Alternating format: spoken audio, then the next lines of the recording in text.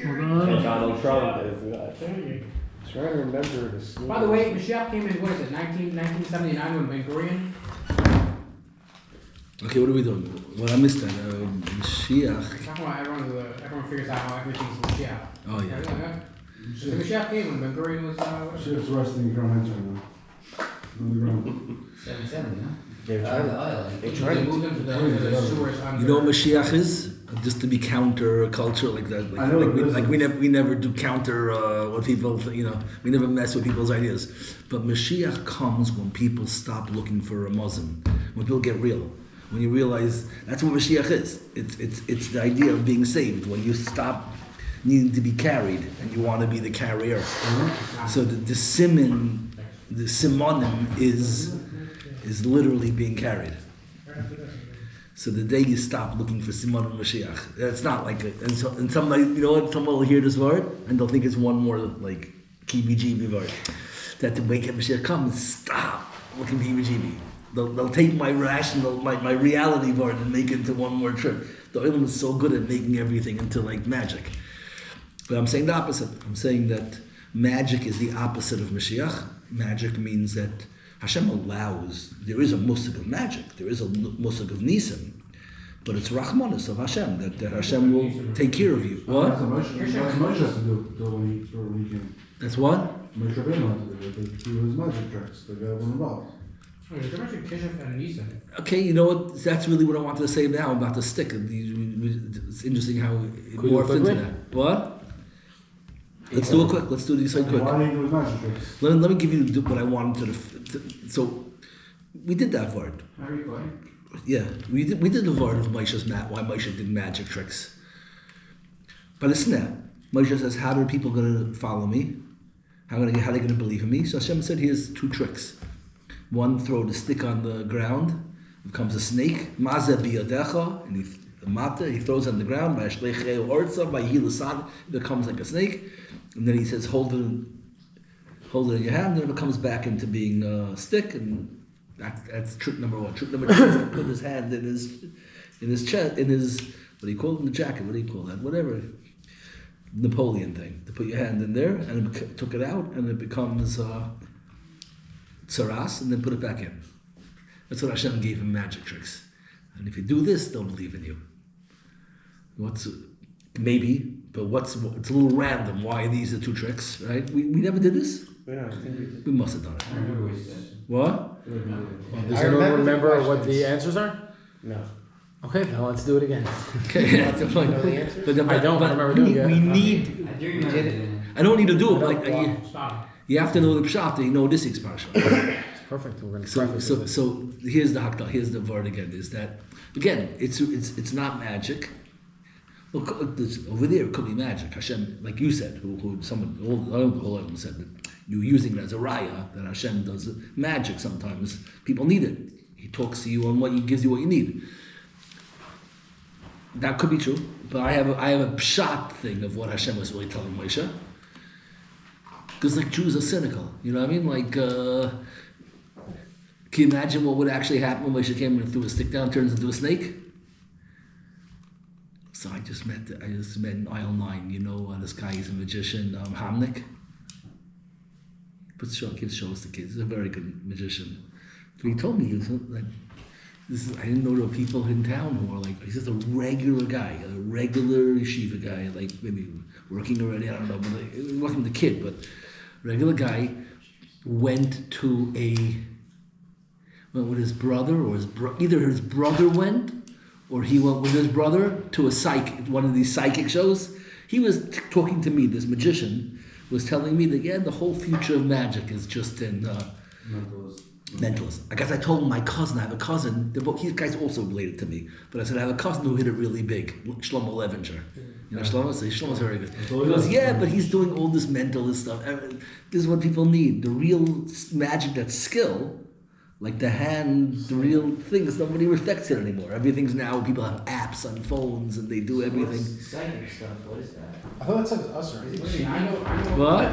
Cheating? Well, yeah, of course it's cheating. So listen what happened. So he's doing all that psychic stuff. So he did the same thing. This guy tells him in the thing. So he was kvetching to me. He goes like, So he was saying that I could do all this magic. He has amazing fingers. He can do things that people can't do, and sleight of hand and misdirection. He's an amazing magician. But the whole world is busy with guys who paid money for a cool app. What do you mean by cool app? So, Your phone, and you type things in, and it tells you here's what you said, and whatever. They're all what's the fetish? What's the all fetish? that stuff. It's all apps, and it's all high tech today, high tech magic. It's all tricks. So look at you. You're the guy in the story. Listen to the story. This guy was just kvetching to me. It wasn't kvetching. He was telling me the Metzias. Sounds like they didn't keep up with the. But then the other guy, yeah, okay. So you're looking at it from the business angle. You don't be such a purist. Just do what sells, right? Stop with being like don't be a magic snob. Money Just sells. be a rich magic. It's better to be a rich magician than a poor, magic snob. Anyways, that's the aside. Okay, but this guy. That's a good shiloh stop. We should discuss that afterwards another time if that's true. We just said if your mahalach is right, another mahalach. I know a real magician. We also have to discuss after his question about why the Marshal creates insaneness. Oh right, we have to get back to this. I know a Right. real magician who just took 3.4 million and made it disappear. From family and friends. Oh yeah, Not Papa this week, my son. chaver views. No. This is his first magic trick, or? I'm not sure. There's the Yeah, more. one. Okay, if the friends know how, if the friends are smart, they'll make him disappear now. You have to learn how to. I got married and I'll disappear for a few months. Have to. Yeah, the first magic trick was there. Anyway, so here's the story. So the guy tells me that he met this guy who told him he went to a psychic show, or his brother went. Somebody went, and he came back and he goes, "Yeah, but he doesn't do your kind of magic. He does real magic." And he goes like, "What?" He goes like he knows things. Like he knows. He goes, "Really?" He goes, he says it's tricks. It's just different. He goes, like he was telling the magician like you're just jealous. like he was so convinced that it's all real. Like there are sophisticated, normal, from people who think that psychics are real. Are they just setting it up before? It's cool to figure out what they're doing, but No, that would be real. cool. If It's they not. normally tell the guy, say you were thinking of a specific word, and then make a whole show about it, and the guy says what you told him to say. Is that what they do? a lot of times. Like I know a famous musician who had guys on stage and he prepared beforehand what they're gonna do. Dang. Jewish? Yeah. Oh, he pretended to call them out from the I crowd. always Yeah. knew about it. Also, Oh, I know. It has to be, yeah. Black? no. But there's another- Yeah. There's another fact you have to know is that a lot of people,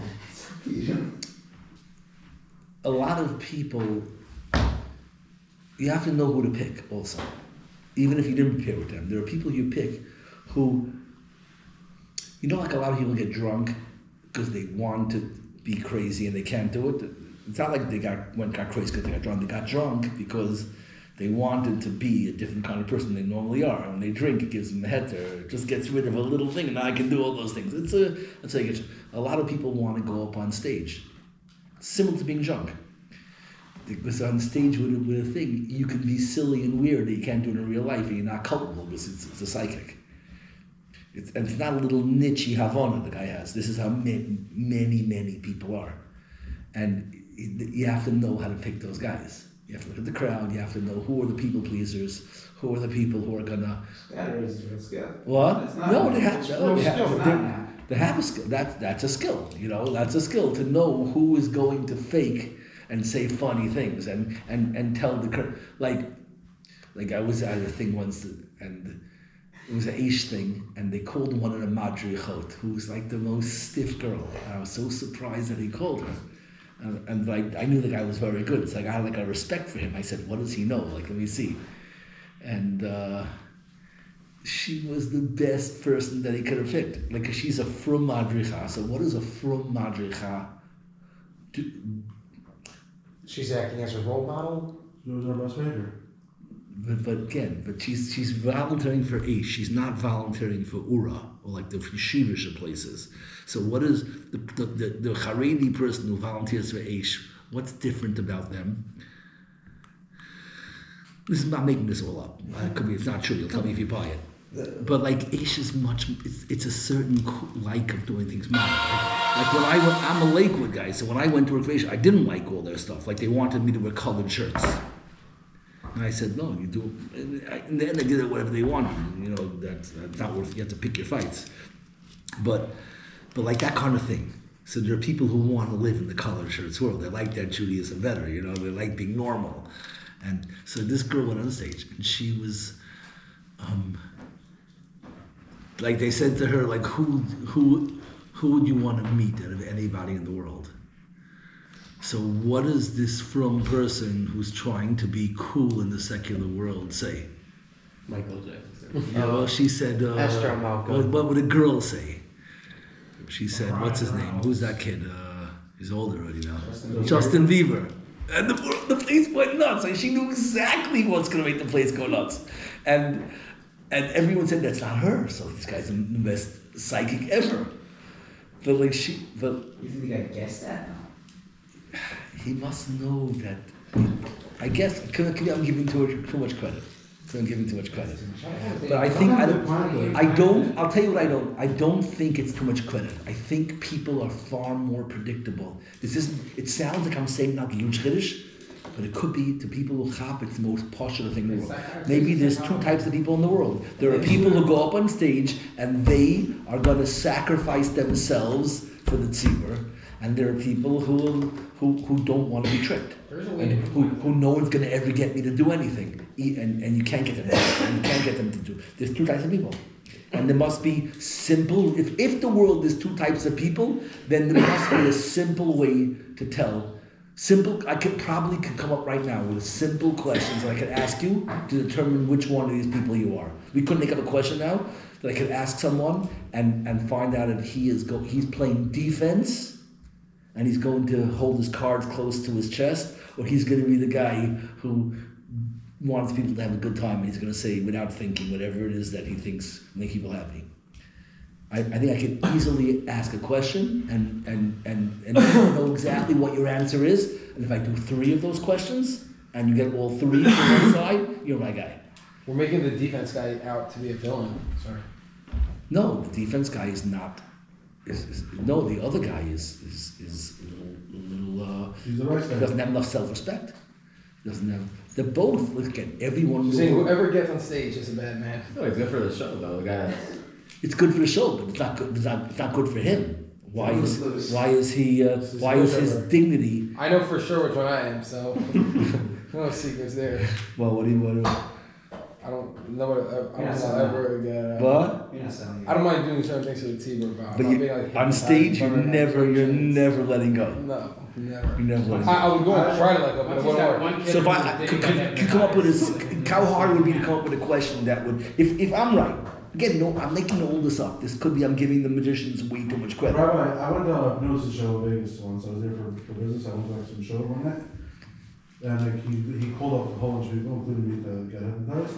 Like 30 seconds in, he came on stage. Yeah. Yeah, he's Took a so. bunch of guys off. Just like, Because he's so and it involved. wasn't like- and it really wasn't like gonna like do what he wants to do. Just Yeah, You got the body set language. off. Just the body language. Yeah, it's harder, yeah. So I'm saying they know Yeah, that's great. But our body language is a little harder. The people. Now, these guys show up in Lakewood, there's an auditorium of 600 people, probably can't find 2. That will work. Like, every guy's like, trick. I know the trick. try to act, chill. Okay, if you're hypnotized, raise your All the people with Apple Right. phones. I think it goes along with the Apple phone. But if we had to sit now and that was our job for the next hour to come up with a question, a system to identify who's who, we could do it. I don't think Not that's that the hard. trick. I don't think that's the trick. No, it's one. there's a whole bunch of It tricks. was One of the wrong things- 50% of the time at least, not 90. Like he told somebody, he told the girl, let's make it up. That person, you could put on a whole show. When you find the person in the beginning, That's you what don't- they do, by the way. In the beginning, you don't invest yourself too hard. Once the person has shown, you ask them to do something. You bring up 10 people, They do super and you crazy ask them things. to do something. 5 of the people will do something fun for the crowd. 3 of them will do something amazing, creative. those are your guys. Now you whittle it down to those three. She The could next, have said Elvis, she could Wait, have said anybody. at the You end, said Michael Jackson. but he chose everyone on the stage said somebody. The person who said the thing that is most embarrassing to them, but funny for the crowd, that's all you want. They're literally, so now It was you a put, Jewish magician? yeah. This only works if it's a Jewish magician that knows it's embarrassing for her. Because she's a worse for everyone. Well, no, it was you see the crowd, and the crowd starts shrieking like, "Oh my God, what did she say?" You know, first of all, it's embarrassing for anybody who's older than Justin Bieber to say Justin Bieber. Yeah. Okay, I definitely wouldn't say it anymore. Now he's older than us. yeah, but then he What? had people go. He was like more modern, but he was Jewish. You know, he copped it. He didn't totally cop it. Then you put against the wall. You say, okay, right now you are by the kotel, and you are praying by the kaisel. Okay, you're praying by the kaisel. So this girl like is going like with all the drama, like putting on the whole show, like shuckling on the stage. This is a Madrichano, reliable, steady girl, and she's like shaking. And he goes, "What are you davening for?" So you know she's gonna say the thing that you know is gonna get her the most laughs from the crowd, right? You know, so you probably don't want to force her to answer so fast. You want her to have time to think of something good to do. You have to know the game. You know, her first thought might not be funny enough, and she's gonna think, "Oh, that's gonna be good." You know, you want to give her enough time to come up with something good. Like what would be?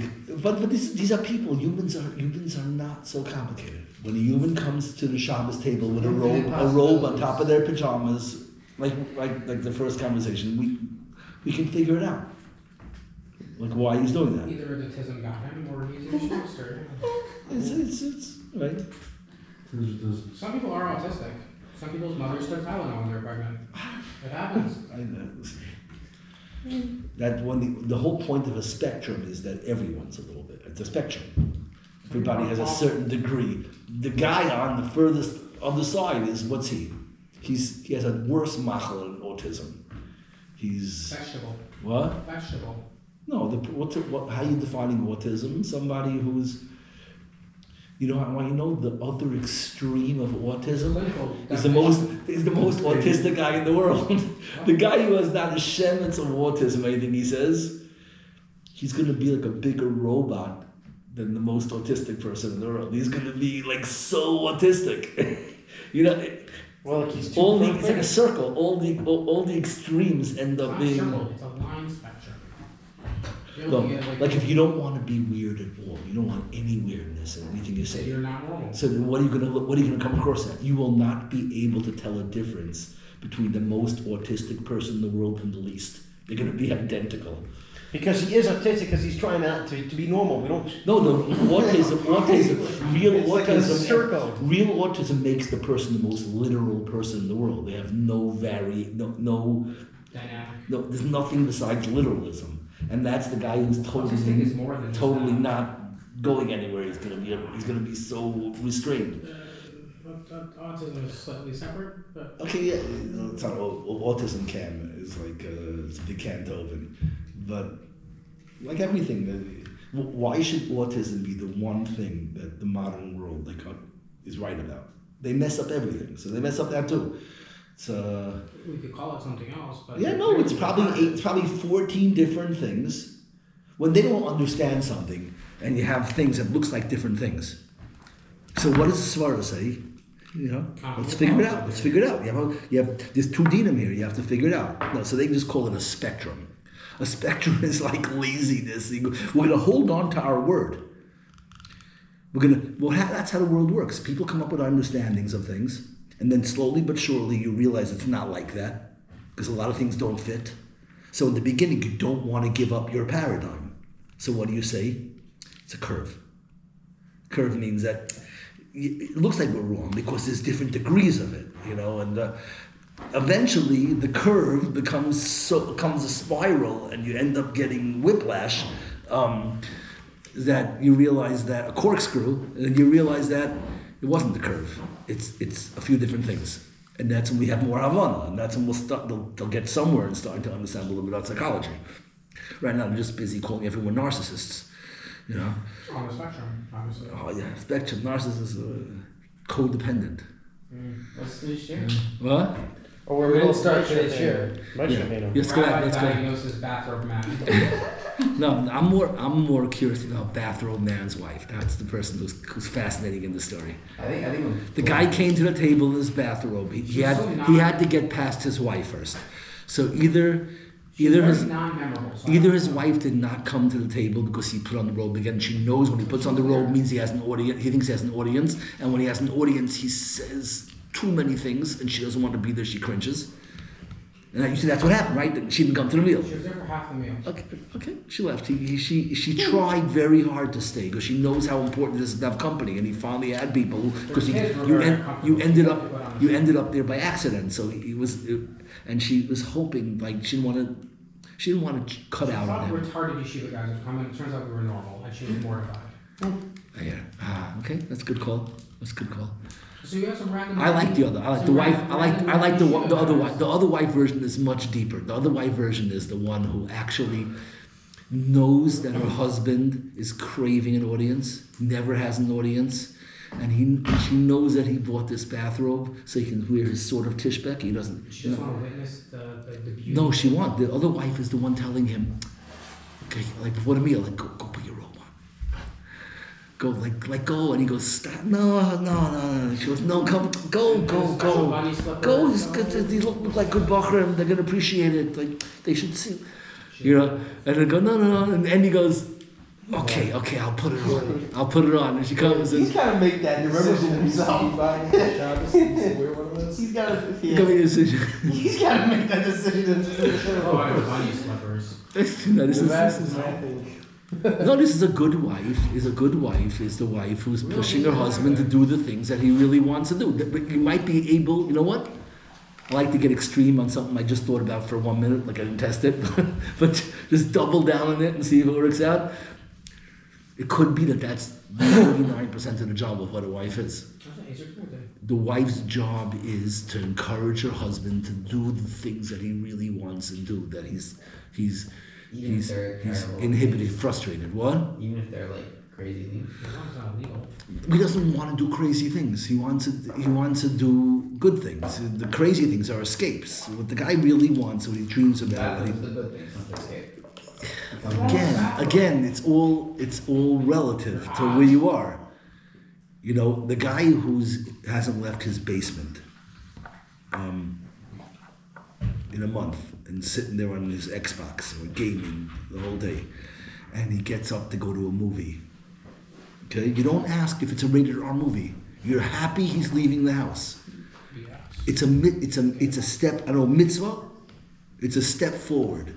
It's a holy act. He's recovering his existence. That makes sense? So, for this wife to watch her husband put on that bathrobe represents all of his aspirations. He couldn't buy a Tishbek. That was too much of like.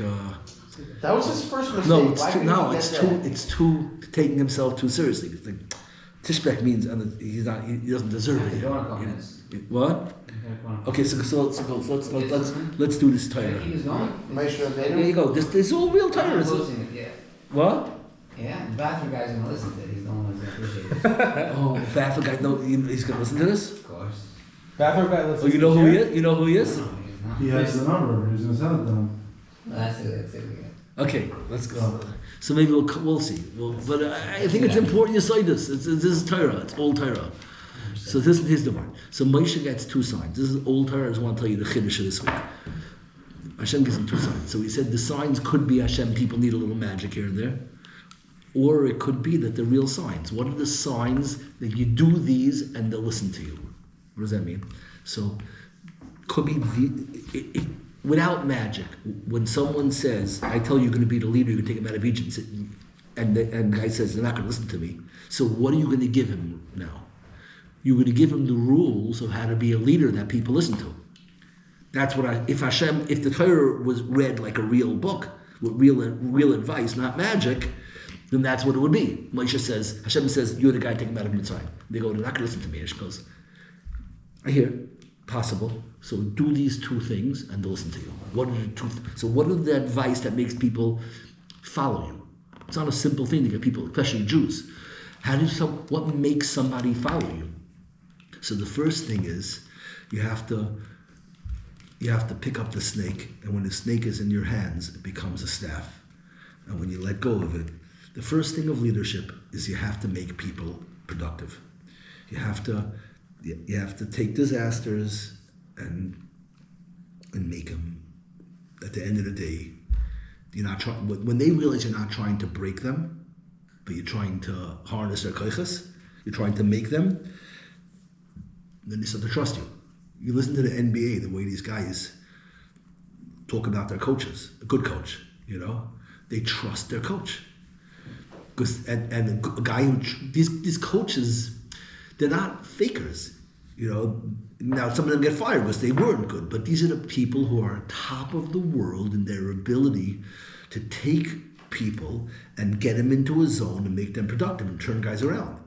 The world's not idiots. A lot of idiots, but on the highest levels of stuff, when you're paying a guy tens of millions of dollars to coach an NBA team, it's because that guy has something. He really does. And follow the money. If he doesn't win, they fire him. So you don't get there unless you're good. So these guys, so when you know that the guy turned you around and he listened to you and he told you this is your problem, and you go, wow, yeah, maybe. And he shows you tape and he goes, you see? And he goes, wow. And then the next day game, you get a triple double. At a certain point, you give yourself to that coach. He doesn't need to explain himself or anything when he makes you efficient and productive. The first thing is you want to be a leader, a staff, whatever. A snake and a staff both represent two opposite things. One of them is the sign of leadership. One of them is what you go on journeys with, and you travel with your staff, and it's huge. The other one is just destructive wreck. It's just bites and with no purpose. The snake is the most destructive thing, and the stick represents efficiency and effectiveness, and they're almost the same. And what's the difference? If you hold it firmly in your hand. When you hold your stick firmly in your hand, it's a stick, and you know what a stick does? Why is a stick the sign of leadership? A scepter or a staff? Because it's an extension of your hand. If I can lead, then I'm just bigger than I am. Like I have certain things I can do. And I'm limited by other things. But if I can motivate people, or lead, or delegate, then I can build bridges. I can make armies, right? And people think that's a nace. It isn't a nace. A nace is things that are out of your ability. But you know what a nace is? Leadership is the ultimate nace. I can build things that no human being could have done. How? Because I've learned how to communicate and how to motivate. And that's what a stick. You do nisim with sticks. In fact, one of the words for stick is a nace. In this year's parasha, we find out that there's a word for a stick. It's called a nace. We'll see in a second. That's why I'm telling you this. But the stick and the nace are synonyms. They are the ability to go beyond yourself, the ability to extend. A snake is when you can turn the snake into a staff. So when you have all your koiches and all your resources and people and your chevra and all this, it's a disaster. The more you have, the more wild and uncontrolled it is. When you can figure out how to organize it and hold it firmly in your hand, it becomes a staff, and that's the first sign. You have to hold the people entrusted to you, you have to control them and force them to succeed. On the other hand, you can't hold them so tight and stifle them. If you keep your hands in your jacket too close to your chest, then it never sees the sunlight and has no initiative, and it's so controlled it will wither away and atrophy. It'll just get eaten up. You have to hold things firmly in your hand, but you have to let the hand breathe also once in a while. That's the secret of leadership. Leadership is you force your people to be productive, but at the same time you can't squash them. You have to allow them to breathe the air of individuality and freedom. You have to give them their time. You know, all these coaches, yeah, we won, gonna let the boys go tonight, calling off practice tomorrow. You know that line? I'm going to call off practice. That's what a real coach knows how to do. I'm going to drive him. Tuesday we're back in the gym. But tomorrow, go boys. That's taking your hand out of your chest. And then Tuesday, he's going to get the snake right back in his hand. If you, Hashem is telling Moshe, if you will control the people, you will firmly take achrayas and hold them and force them to succeed against their will, force them, and at the same time you give them enough room to breathe that they don't feel like they're being crushed or negated or disrespected, then they'll follow you wherever you take them. That's the truth. Okay? That's not Hashem giving magic to help the people. That's the most realist advice in the world. That's why I think the Torah is just the most real. Now you could read it on both levels, because the Torah was given to basket cases and to real people. So for the real people, this is the lesson. And and the basket cases are also real people in different stage of life where they need to be carried and held. So Hashem is amazing. The people who need to be carried and held, Hashem gives them magic.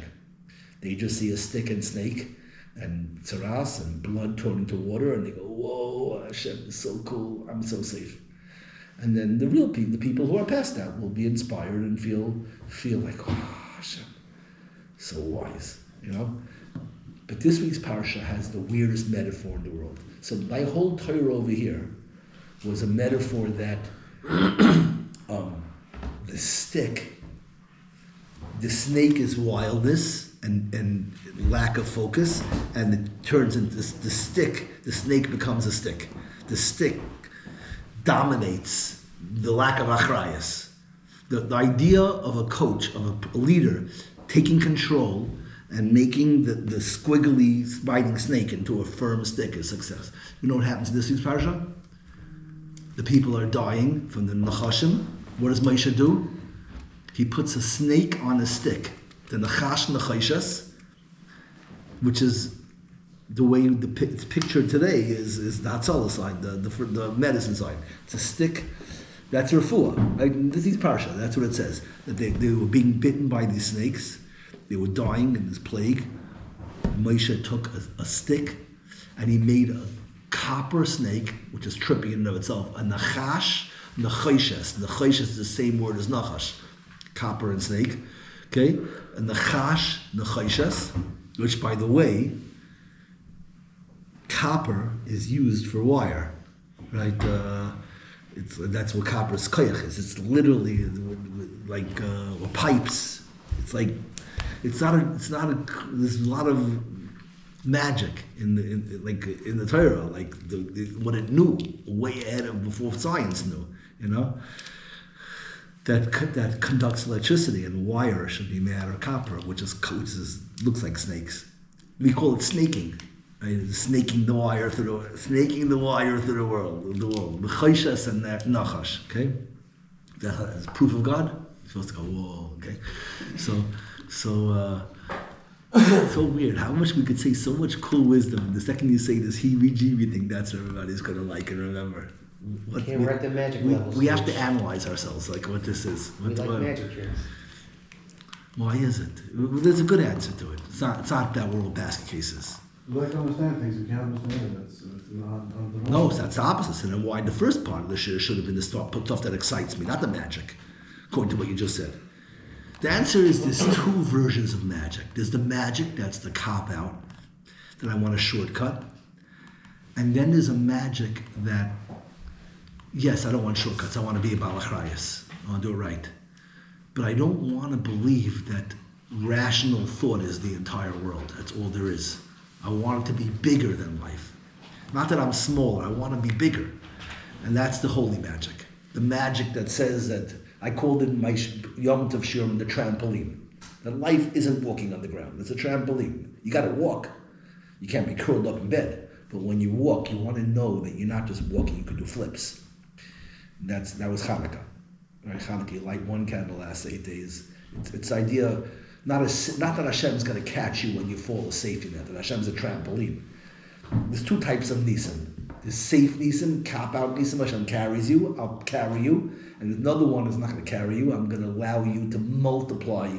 Purim is Hashem is Hatzal. Hashem saves you. Hanukkah is that Hashem doesn't save you. He allows you to accomplish things. Rabbi the Admatim, claim that like 8 days from one cup of oil, that whatever you do has exponential.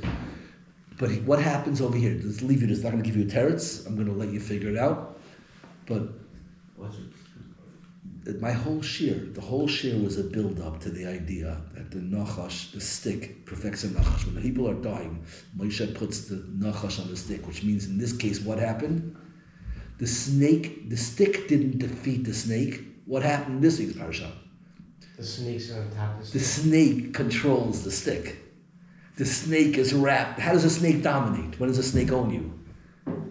When it wraps itself around you. So how he put a snake on a stick, the opposite of Moshe holding the snake in his hand comes a stick. Now the stick gets owned by the snake. And when the stick is owned by the snake, then everybody looks at the stick and they get cured. Moshe, everybody was cured because they saw that the snake became a stick. Here, everyone gets cured because the stick becomes the snake. How is that a refuah? But I think that has to be what's going on over here. That the image of the snake wrapped around the stick is the opposite of all the time we just said. So how could that save you? What would that trip be? I could easily sell all day long the trip of control and the coach proving he knows people will listen to him. The leader's only as powerful as the Control people. while being controlled. What? The leader's only as powerful as the people, and really it's the people that are allowing the leader to lead. So what happens when the people? What happens like that's? This is a post. What happens when the people control the people? That's not a good thing. How is that a It's bad, refuah? but it's- Where's the No, refuah? there is a positive element to it. That the leaders can't lead it only as much as the people are willing to be led. Kind of No, captain. so listen. I could hear that there's an important shmooze about when leaders become too. There's a point when the Chashmonaim, we just talked about Hanukkah, overplayed their hands and they didn't give up Malchus. There's a point where leaders, and then rebellion, So I can see a revolution, a rebellion is the holy thing then. But I don't like it because maybe it's in a healthy way. no, in a healthy way. When a rebellion against bad leadership. No, Iran, we want in Iran the people should overthrow the regime. So then the stick right now. The stick becomes mazik. See, but the question is the reason why I don't think that's what's going on here, because if that was the lesson that you wanted to teach the world, that sometimes the controlling person is stifling you, not making you, it's crushing you, right? So the people, but then why call it a snake? The snake is the wrong metaphor for a holy revolution. There's no good thing about a snake beating the stick. You hear that? Were they not being individual enough? What? Were they being too reliant on Moshe Rabbeinu? No, I think the snake is the snake is not individuality. It passes for individual. That's a deep share in and of itself. Hefkerus, people think is individuality. Hefkerus is not individuality. It's just not being controlled. That's not when you rebel against authority. It doesn't mean that you're now you. It just means you have no authority. Right? I'm able to express myself. Yeah, but if you're just being free, then you haven't done that yet. There's a middle point where it's not about you, it's just about no authority. Most guys, when there's a day off of yeshiva, what are they doing? Chilling. So what's that? Is that called being me? No, that's a nachash. Chilling. It's a nachash is chilling, just eat. Chaver, just eat. What are you getting so complicated? Just looking in the gun and thinking, just chill, just have an apple. Just be. Like, don't get all this drama and deep thing. Like, stop it with the deep stuff. It's so complicated. So the snake is the wrong metaphor for that. So I'll tell you one teretz that I had years ago. See, by the way, to me, this is the bookends of the parasha, because the parasha starts off with the exact same yisoid. What's the same yisoid? It starts off with this thing called a para aduma. Here's how it describes it. It's a red para, never worked a day in its life. It is totally untamed. Para aduma tamima, red. What does red represent? Freedom, wildness. What does never working a day in its life represent? The para aduma represents total, unrestrained, uninhibited the nachash. Right? And then what do? Kill it.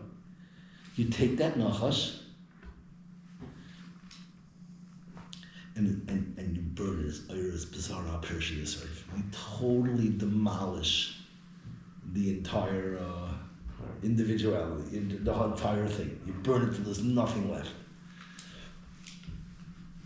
So, how does that fit with what's going on here? And somehow, that's a refuah.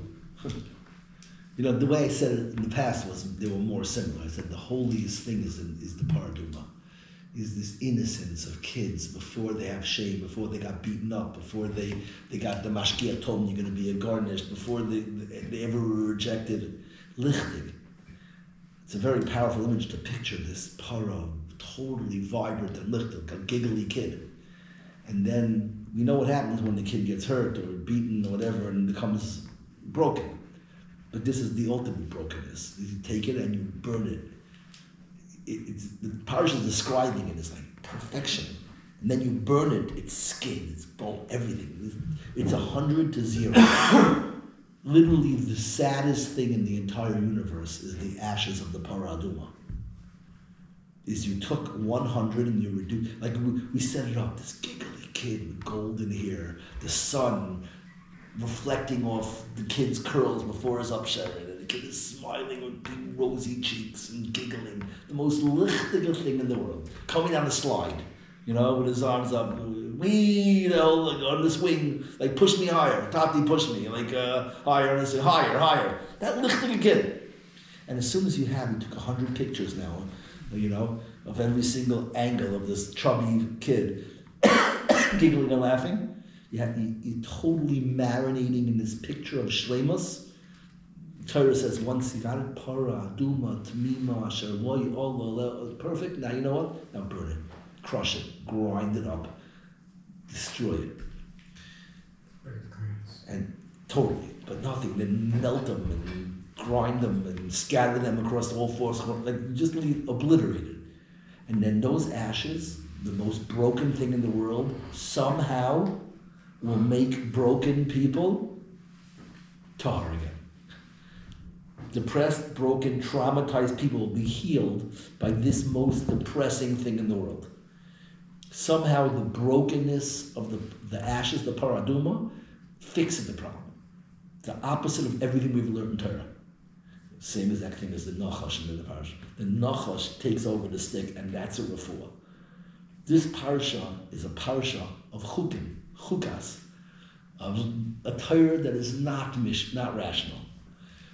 You want a chayk? You want zois chukas ha-Torah. You want the biggest chayk in all Torah is when everything that you thought made sense becomes evil, and everything that you thought was evil becomes a refuah. And then, just in case you're not sure, I'll just do it again. You take the nachash, you put the nachash wrapped around the stick, and that's a refuah. So you know how you heal people? Right? Elect woke Democrats. And you know how you heal people?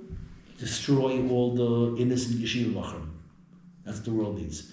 The world needs all the innocent yeshiva bachrim put into jail, and all the mamdanis and AOCs to put in charge. How's that for a refuah?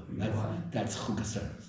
So my old teretz was that Chazal say, Godul hasoras hatabas, that Achashverosh is taking off the ring was more effective in Klal Yisrael than all the Nevi'im, all the Deiros of Nevi'im. We're very good at dreaming and talking about what should be and going to deep things. What changes us? Good old back against the wall terror. Hitler made more people, pray to God than the Chavetz Chaim. How's that? I don't know. What? Not the Chavetz Chaim. Well, Chavetz Chaim is second place.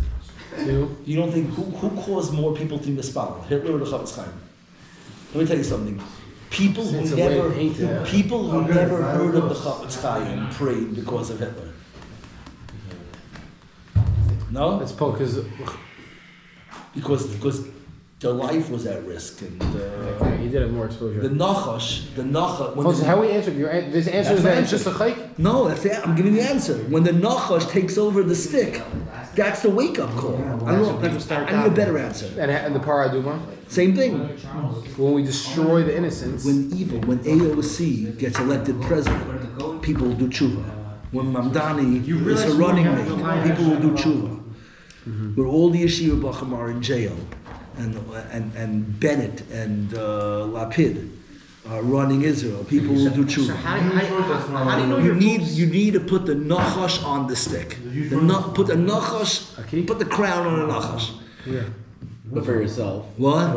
For yourself, it's supposed to be like. To wake up. What? For yourself, it's supposed to be like Moshe, like to be the leader. But for everyone else, it's supposed No, to I'm saying that's sometimes that all the great leadership is not good enough to get me going. The only thing that gets me going is the terror It's of, like babies. It's like when the kids my life get their being way destroyed. up. Okay, so fine. So we're sitting on the basketball court. You can't play. I'm not saying they're not wrong. sarcasm. what? What is everything about sarcasm? We discussed about this shit on Mickey. There's I don't know the whole Mickey. There's this sarcasm of like, I don't want to put myself out there and say something, so like, Is it I'm like a it's a joke, so it's like I'm in a safe space. Like, oh, I was just joking. This is my phone. It was ringing a lot, so it Oh, either yeah? died or I thought it was. At the end of the podcast. It sounded like a fold. Is she still sending messages, by the way? By the way, I don't know about your phone. This phone is magic. It doesn't break. My phone broke immediately.